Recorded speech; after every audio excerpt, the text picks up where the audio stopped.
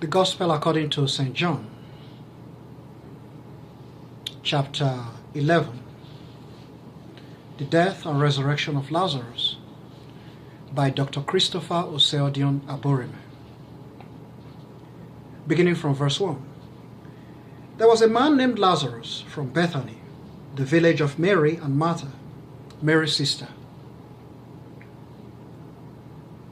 And he was seriously ill. Seriously ill. Mary and Lazarus, who was ill, were siblings. The same Mary who anointed the Lord with perfume and wiped his feet with her hair. So the sisters sent a message to Jesus, saying, "Lord, the one you love is seriously sick." When Jesus received the message, he said, "This sickness will not end in death. Rather, it is for the glory of God, so that the Son of God will receive glory through it." Jesus loved the siblings, Martha, her sister Mary, and Lazarus. Yet, when Jesus heard that Lazarus was acutely ill, he remained where he was for 2 more days. And then he said to his companions, "Let us return to Judea." His companions said, "Rabbi, quite recently the Jews were trying to stone you, and are you going back there?" Jesus replied, "Are there not 12 hours of daylight? No man who walks by day walks endangered, for he sees by the light of this world. It is when a man walks by night that he walks endangered, having no light with which to see." Jesus said these words, and then he informed them, "Our friend Lazarus has fallen asleep." Our friend Lazarus has fallen asleep. "But I'm going now to rouse him." His disciples answered, "Lord, if he slumbers, he will improve."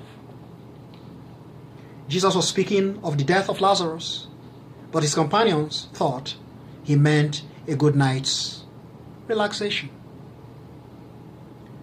So he put it plainly, "Lazarus is dead. And for your sake I rejoice I was not present, so that you may believe.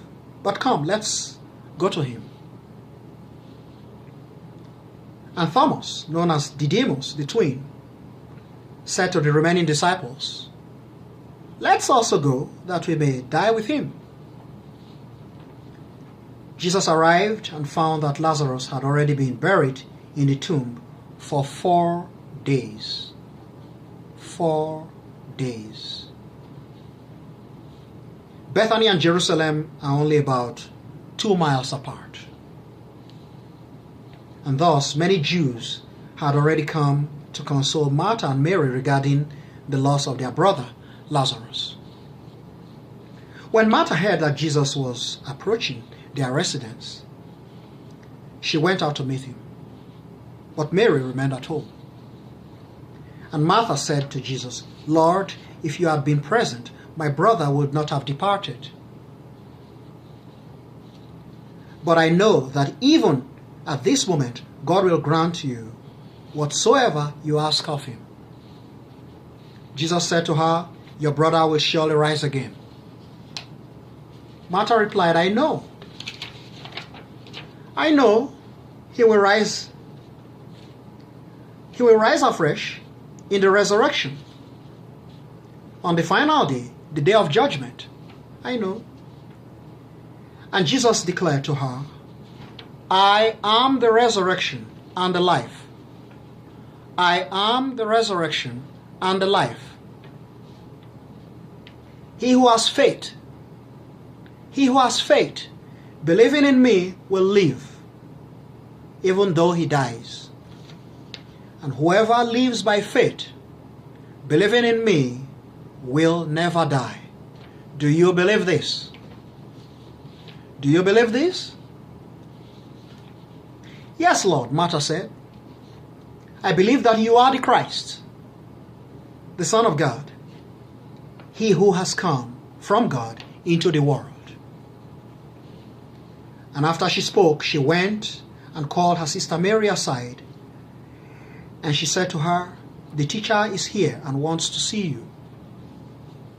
When Mary heard this, she got up at once and went to him. Now Jesus had not yet proceeded into the village, but was still outside, around the area where Martha had met him. When the Jews who were in the residence consoling Mary saw how quickly she got up and left, they followed her at once, assuming she was heading for the tomb to mourn. Mary went to Jesus, and as soon as she reached him, she fell at his feet, saying, Lord, if you had been here, my brother would not have departed. Lord, if you had been here, my brother would not have departed.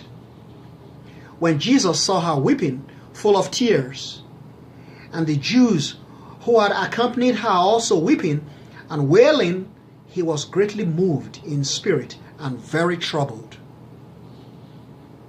He asked them, where have you placed him? And they replied, Lord, come and see. Jesus wept. Jesus wept. And the Jews said, see how he loved Lazarus.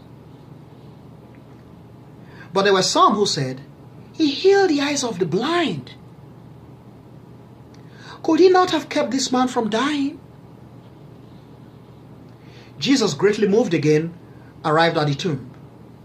It was a cave with a stone placed at the entrance to close it. Take away the stone, Jesus ordered.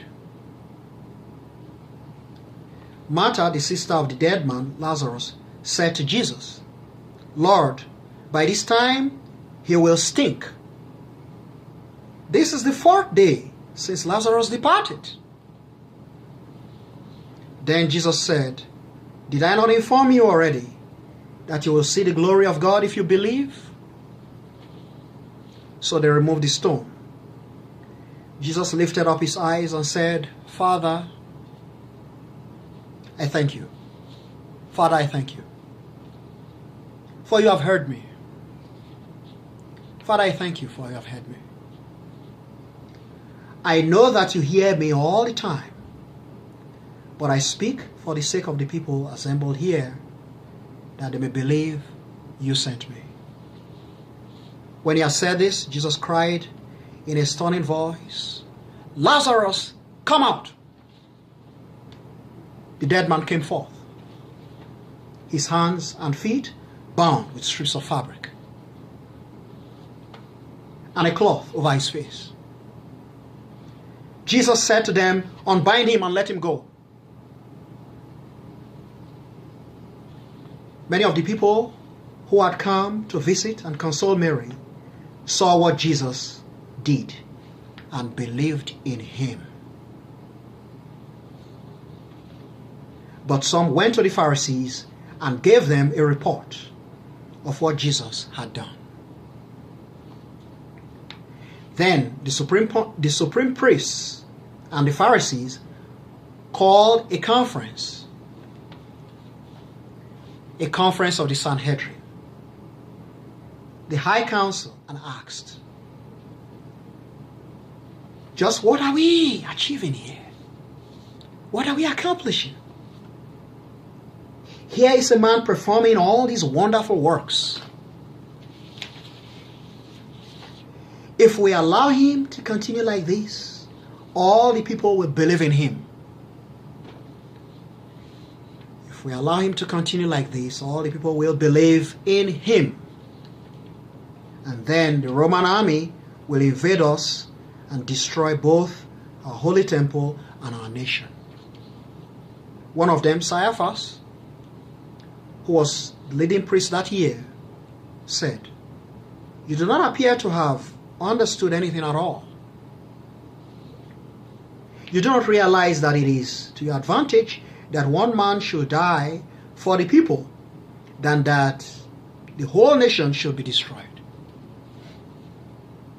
He did not say this merely by himself, but as high priest that year, he was prophesying that Jesus was to die for the Jewish nation. And not only for the Jewish nation, but also for God's offspring in the diaspora, to gather them together and make them one. And so, from that day onwards, the Jewish leaders were plotting to kill Jesus. Therefore, Jesus no longer went about openly, but secretly among the Jews. He left the area for a town called Ephraim, in a region bordering on the desert, and he stayed there with his companions. The Jewish Passover was at hand, and many faithful went up from the country area to Jerusalem to purify themselves before the Passover. They wanted to see Jesus and were saying to one another while standing in the temple courts, "What do you think? Will he come to the festival?" Meanwhile, the leading priests and Pharisees had given orders that anyone who knew where Jesus was must report him at once, so that they could arrest him.